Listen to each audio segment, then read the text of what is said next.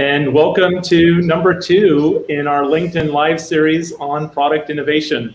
Very excited to be here and very happy to have you join us as well. So today we continue on our mission, which is small companies can innovate just as well as the big guys. And in our first LinkedIn Live last month, Ahmet, Beth, and I, we introduced this concept, the phase gate concept, with a little bit of our magic or secret sauce woven in, which really means that you as a smaller company can take advantage of a lightweight process to truly innovate just as well or better than the big guys. In this second session, we're going to actually dive into the gates themselves. So we've outlined 6 gates in total, and in this second session, we're going to talk about the first 2, which are research and also the business case. These are really, really cool area, actually. I'm really a big fan of the business case.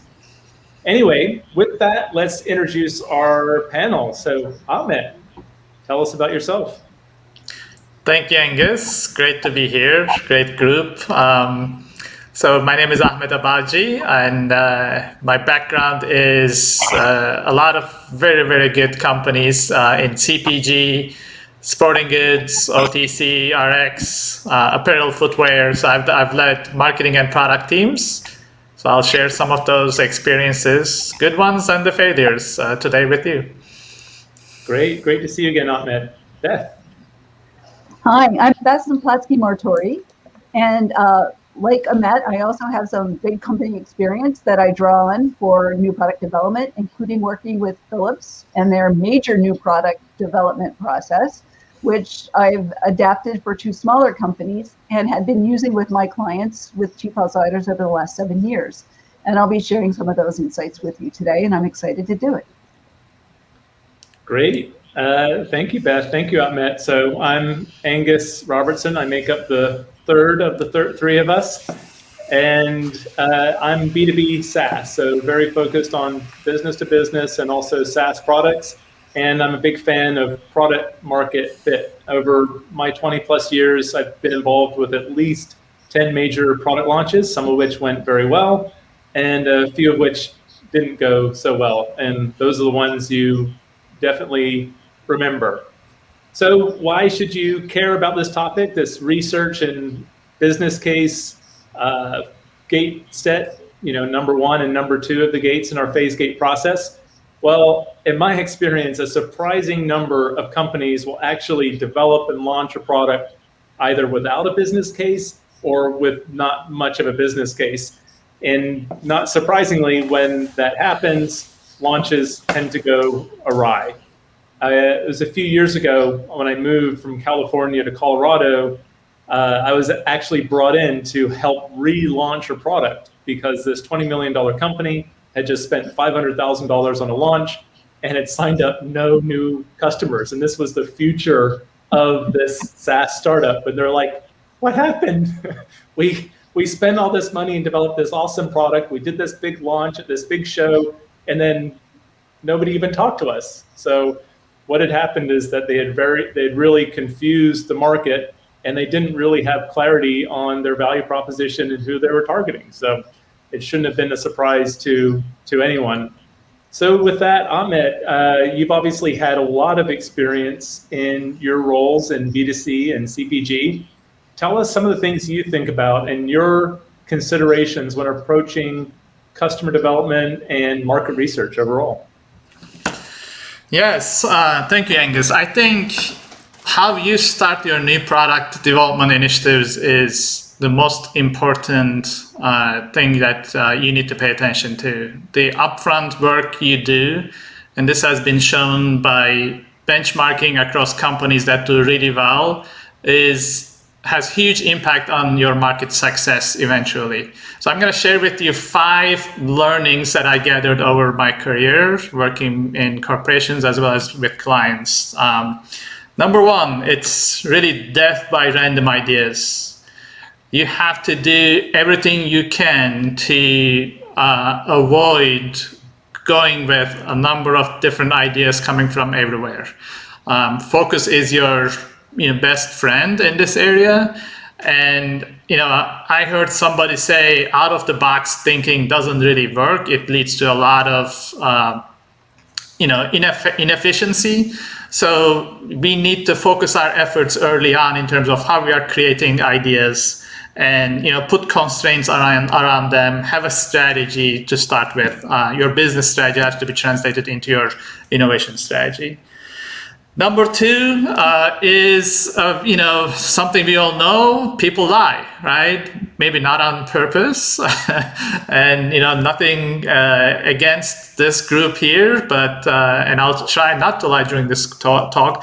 But people lie, and what do we really mean by that? We all have biases, right? We cannot necessarily talk about why we make certain decisions in a rational way.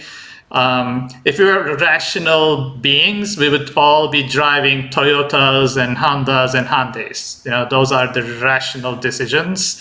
But we make a lot of emotional decisions. We make a lot of quick decisions.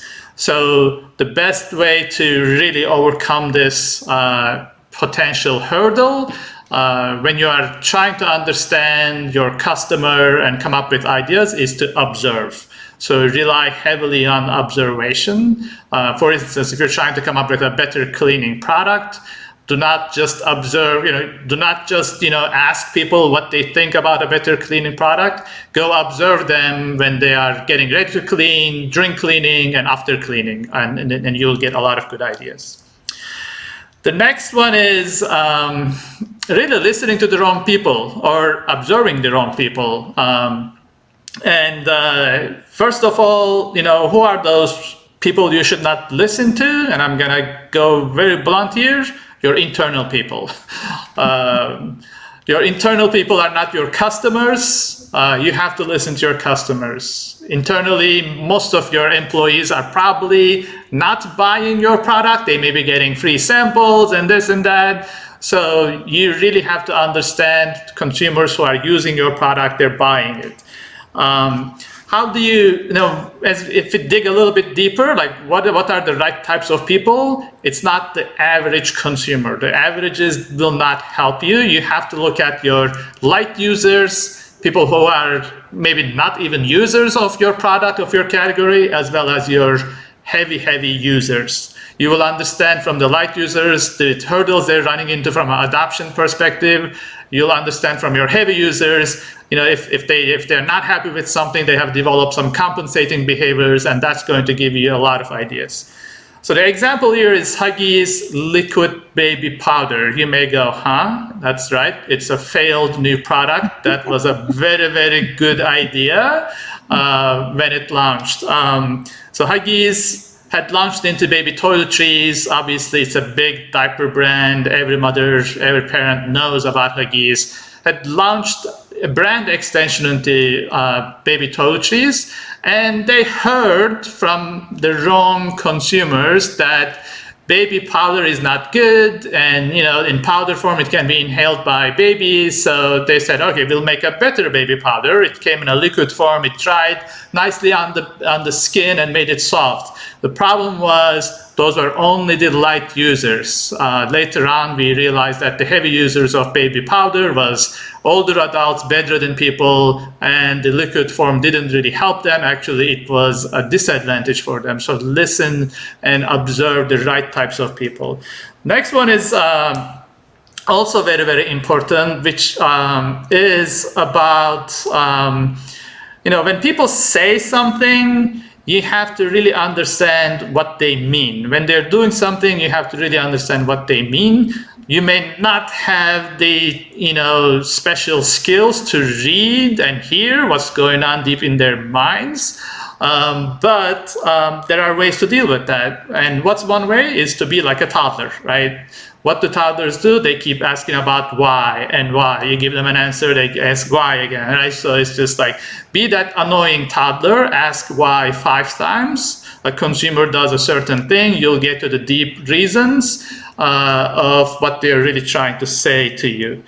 And finally, a lot of companies fall into this trap of, going with one idea. Do not fall in love with one idea. or hate one idea. What do I mean by that? Early on in the game, it's about building on ideas. And that's how you get to the really bigger ideas versus what may seem like a big idea. For example, if you are trying to build a better driveway hoop, and you observe people struggling with assembling a big box with full of parts and all that, and you may say, okay, how might we improve assembly? And you come up with some ideas, but don't run with that. And reframe your question, come up with a better answer, and you may say, how might we eliminate assembly instead of how might we make assembly easier? And that's how you come up with bigger and better ideas. So that's, those are some 5 key points to keep in mind. If you can master these, you'll be better than, more effective than most other companies out there.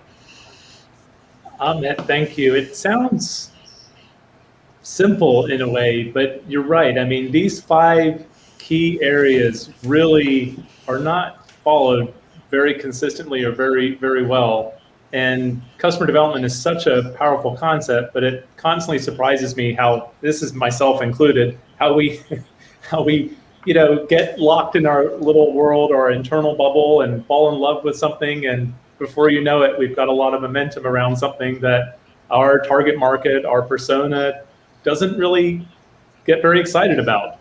So I think, for me, customer development is something really important too, and really building that into your culture and making sure anytime you have that opportunity to talk to a prospect or a customer that really fits that target demographic, that ideal customer profile, have that conversation. It's a lot of fun. They'll help you develop your product, and they could be an early adopter as well. So, Beth, as we dive into our second gate, what does it take to build a great business case that aligns the team and energizes the team? So I think the very first thing that we should talk about is you should adapt your business case to your product or market that you're offering and what your stakeholders expect, and use that language. So that's a great way to get alignment around everybody, right? And get going. But if you take a look, we've got 2 business cases here. One is more SaaS related, and the other is more consumer durable goods related. And you can see, slightly different formats, slightly different headings, maybe different order, but they do have many things in common. And what are the common elements? The first one is, who is the potential customer, right? Who are they? What do they need? Where are they? And how much are they willing to pay? The other thing is that it has some financial elements, right? So what's the ROI and the market potential? Are you going to be able to pay back your product development costs, your product launch costs, and the ongoing costs associated with the product? And then the third thing is taking a look at the risks and uncertainties and assumptions for several reasons. One, you want to be able to try to mitigate the risks and uncertainties, and also assumptions, so you can learn from one business case to the next business case, and then you can say, we hit this and we didn't. Also have some scenarios to put some value around those risks and uncertainties. So you may want your best case, your most likely case, and your least likely case. So you give your stakeholders an understanding of how much risk they're really signing up for. The other thing is the business case should be validated. And Matt had some really good points about market research and validation. But you really do need to validate it with outside consumers and make sure that you have your value proposition or your positioning correct. And you want to do that with market research. It'll also help you look at the market volume, growth, and maybe adoption rates. You'll validate the need and maybe who are the consumer segmentation or personas that will be using it. And then finally, what you'll also do is it'll allow you to make product feature trade-offs with price. And then finally, I think the point is the business case is living. A product development process does take time. And so over time, it lives. And as you get more information in, either from the market research or risk reduction or your product testing, we'll talk about that next week, you need to then update it. Since we tend to learn more from the failures than from success, I'm going to go through the case of Juicero. Juicero, you say, sort of like the Huggies product. This one was one that looked like it had a ton of potential and had a business case that convinced investors. So what was Juicero? We'll say that in the past tense. What they determined are 90% of consumers don't get the fruits and vegetables required every day. Do you? I know I don't always. I drink a powder once in a while. But the insight there was it's inconvenient, right? It's inconvenient to get your fruits and vegetables.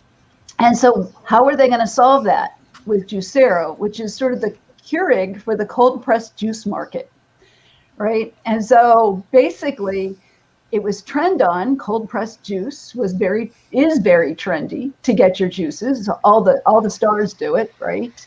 But what they really focused on was reducing the hassle out of juicing. And so what this was is you got a packet in a direct subscription model delivered to your house of organic fruits and vegetables. And you went ahead, there was no washing, prepping, or anything. When you were ready to juice, you took your packet out, you put it in the machine, you got your juice, and there was no cleanup. That was my favorite part about it. So they took the whole hassle out of the cold pressed juicing thing. It was also very, very high quality, direct, no stop at the grocery store. So the fruits and vegetables, very fresh. It was high tech. It was Wi-Fi enabled, so you can see your nutritional content. You could it automatically reordered the subscription. And also it was beautifully designed. Take a look at that photo. It had the best of Silicon Valley designers, including Ivy, an Apple designer, as the industrial designer. They launched a pretty great fanfare. They had celebrity endorsements from Dr. Oz and Gwyneth Paltrow. And their CEO, Doug Evans, went on a very extensive media tour, and they got a lot of pickup. The financial investments looked good, right? So it was the holy grail of what we all look for. It had recurring revenue. So they were expecting to get $140 to $240 per month in the juice subscriptions. So they had ongoing profit. They successfully, so their business case got 4 rounds of funding for $118 million. And they had an all-star investment team. GB, which was the venture capital arm of Google Investors. Matt Rogers, the CEO of Nest, was an investor and a board member. Thrive Capital, First Beverage, and Campbell's Soup, among others, invested and paid up some of that $118 million. So it sounds like a great product, right? And a great investment? Yeah. So not so fast. Let's get some more information about this. So the juicer, they expected to get $6.99 for the price, right? So $6.99 off the shelf. And the reason for the price was it cost $750 to make.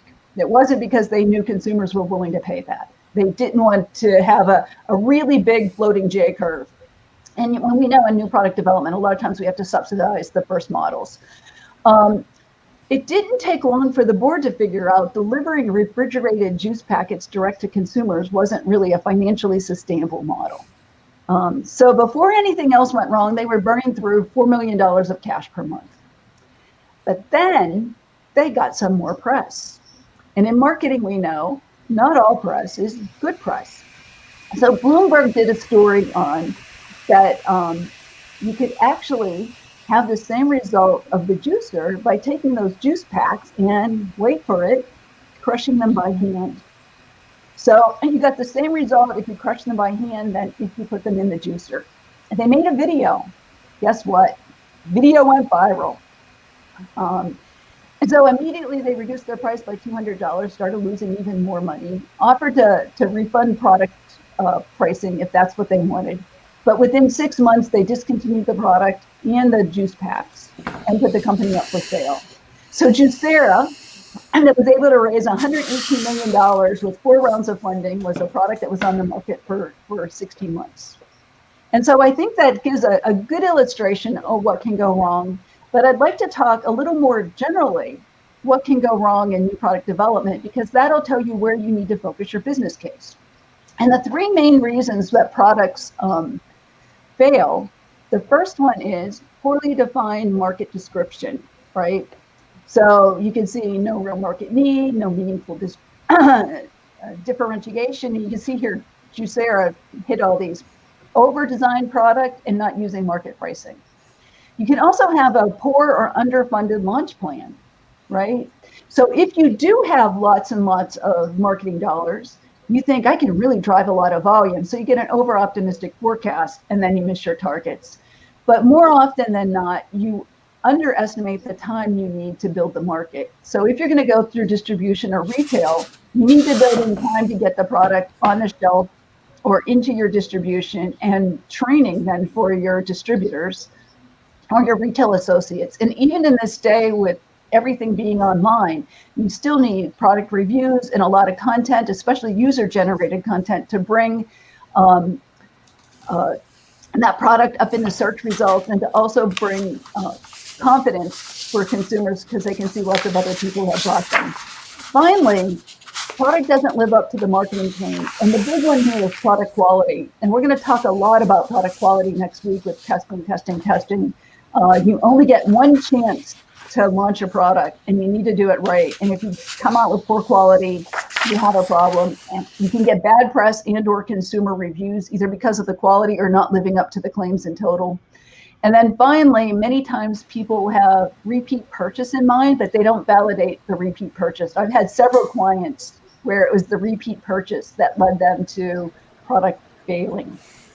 So what could a Juicera done differently? They could have focused more on the market, not just the product. I think what they did is fell in love with the idea and thought they were the consumer. They didn't realize that their subscription model was costing what many people's utilities were costing. And they could have learned that by validating the assumptions of the target market, and especially the benefit feature price trade-off or cost trade-off, right? What they were going to charge. It was really nice that it hooked up to Wi-Fi, but by law, they had to print the nutritional contents on the packaging. So you're going to take a QR code that had that to look it up. So things like that. And then finally, they always say you need to look at cannibalization and substitution and all those other things. To have a product that you're going to pay $6.99 for a machine that could do what you could do by hand was just an epic fail. And so those are the things to be wary of as you write your business cases. Great. Thank you, Beth. There's two things that come to mind here for me. One is what Ahmet said earlier. I think this team definitely fell in love, maybe not just only with the product, but also with themselves. got quite excited about what they're building and how they're going to, change the world. And again, back to the customer development conversation, it doesn't hurt to define your target market as narrowly as possible, especially initially, to really validate what you're doing and get that quick traction and build from there.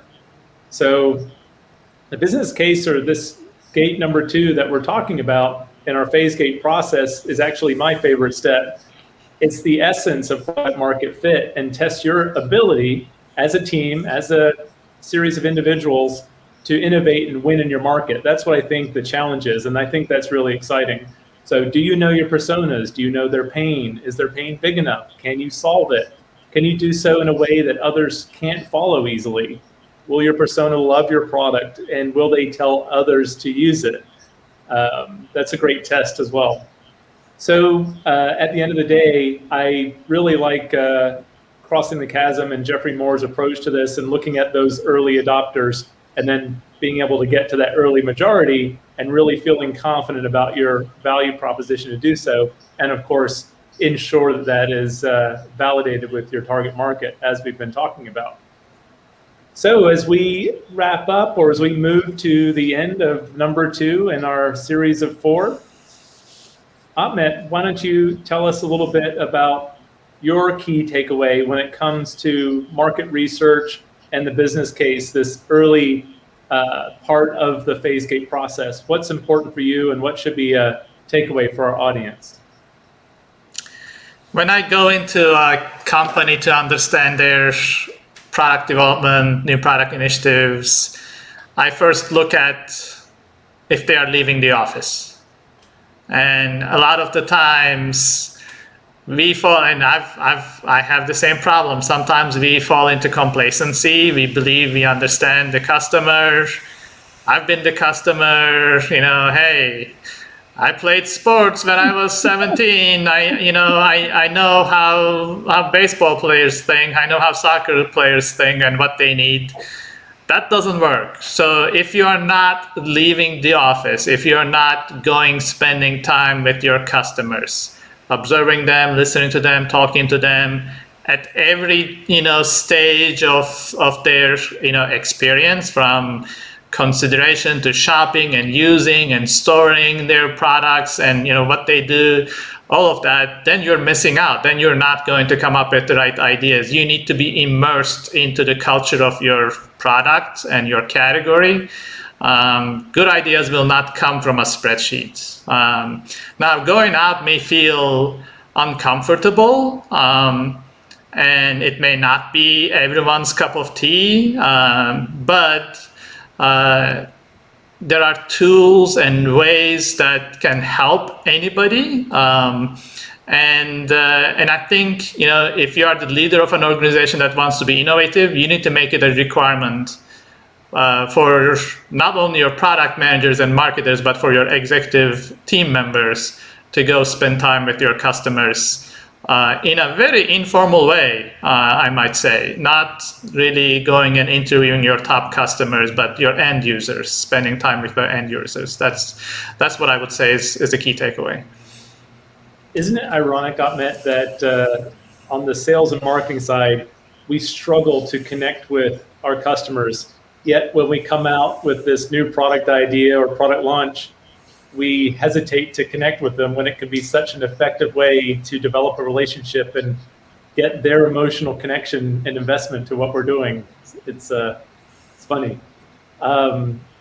So, and for you, Beth, in durable goods manufacturing, what matters most for research and the business case?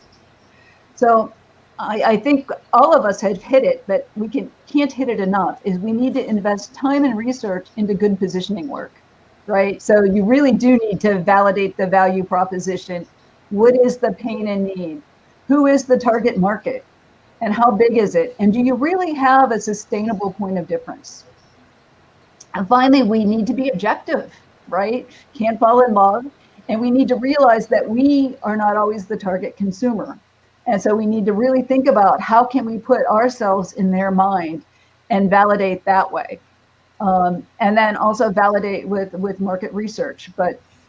And then finally, really need to work through and be judicious between the feature, price, cost trade-off, right? So once you get into that development area, the engineers come back and say, well, we can add. Well, not only does that scope creep add time to the development and cost to the development project, it's probably going to add costs that maybe consumers don't validate.